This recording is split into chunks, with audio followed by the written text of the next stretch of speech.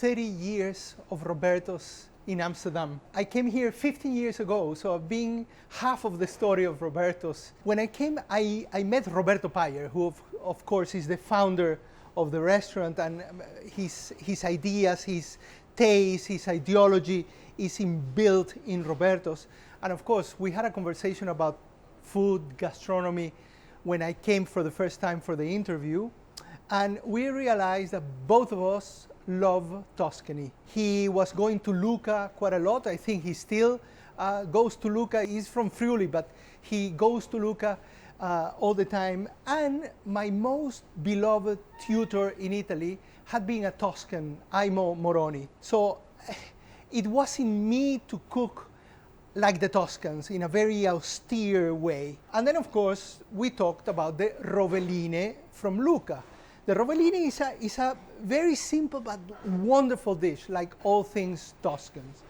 And it is simply an scallopina of veal impanata. That means that we pass it through flour, egg, breadcrumbs, fry it, and then it's in a Tuscan sugo di pomodoro, tomato sauce, made like Aurelio Barattini from Antica Locanda di Sesto with a bit of sofrito. Not all Tuscans add sofrito. Many of them don't do anything but one garlic clove, olive oil, and basil.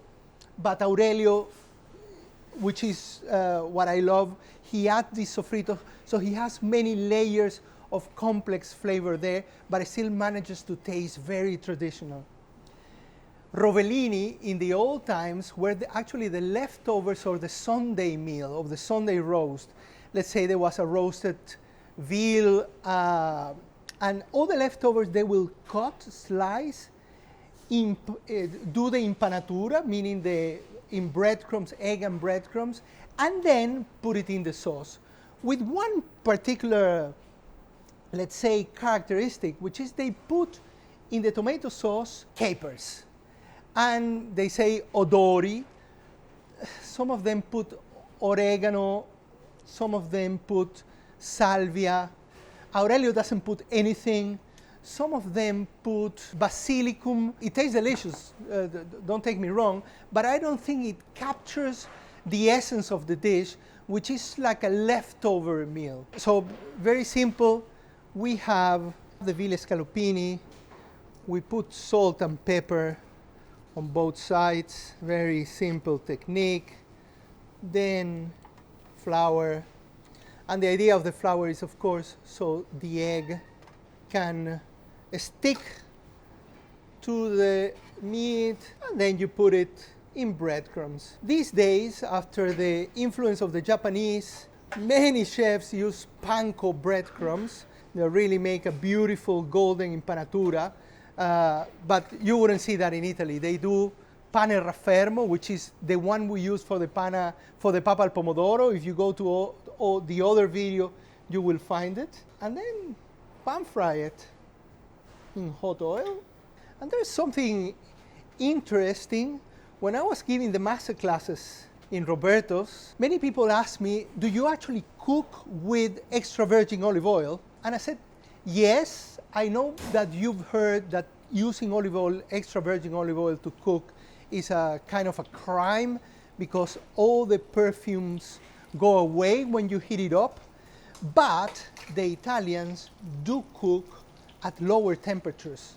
So they are sure, they make sure, it's not like the French that really get the oil very, very hot.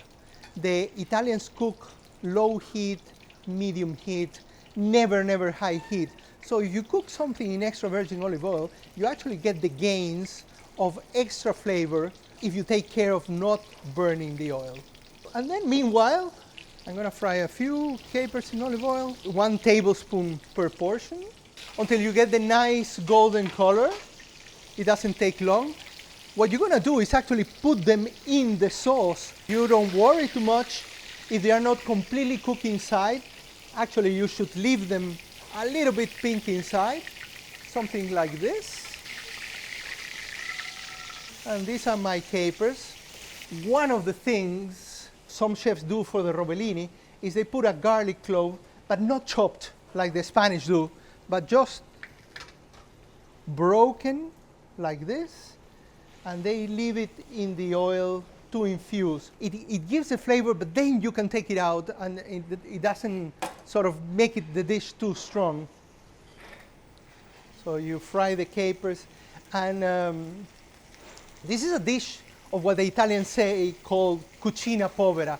In fact, if you saw the other dish of the garfagnana, it's also a classic of the cucina povera, which means that it's the gastronomic tradition that came from the poor people of Italy. After the First World War, after the Second World War,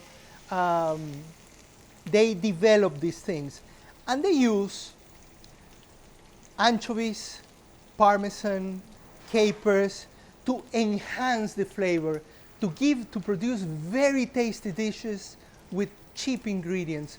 So the capers, which are kept in vinegar or even better in salt, when you chop them and when you add it to the dish, it's not umami flavor, but it gives you this personality, this character to the meal. Then the sugo toscano, 1 spoon of each, and a little bit for the pan, as they all. And then you put the rovelline inside. The sauce on top. And this is the moment.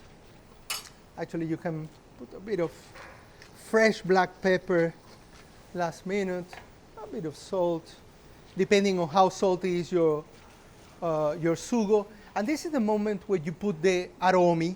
Could be oregano. I like oregano less in Tuscan food. Salvia is a good one. So I'll do like the garlic. I put a whole sprig of sage there and leave it to cook together with that. Now you can go low temperature, keep it like this until it's ready to serve. Now plating moment. What to eat with the rovelline? Well, traditionally potato puree is what they use, what they serve it with. We in Roberto's, because it has a crust of bread, so you have the carbohydrates there. It goes fantastic with the potato puree, but we serve it with broccoletti, which is a type of thin broccoli, like the bimi that you find in the Netherlands. And the other one. And you put your sauce. And you put the salvia, the sage, on top, which is not traditional. Not everywhere you go you will find the salvia. I like it. Some people put oregano, as I said before, but I like the salvia because then you take out the sprigs and then you eat it with the rovelline or with bread. Rovelline Lucchese. From the garfagnana, inspired by Aurelio Barattini from the Antica Locanda di Sesto, and it's a dish we're serving now to celebrate the 30 years of Roberto's. We did something with Aurelio 15 years ago, and now we're doing it again, Rovelline Lucchese. It's just a fantastic dish. You just need a great bottle of Tuscan wine, and you have the best meal ever. Lust je nog een video? Dat treft, want er staan er meer dan 1400 voor je klaar. Abonneer je op het YouTube-kanaal of schrijf je in voor de nieuwsbrief, dan hou ik je wekelijks op de hoogte van nieuw materiaal.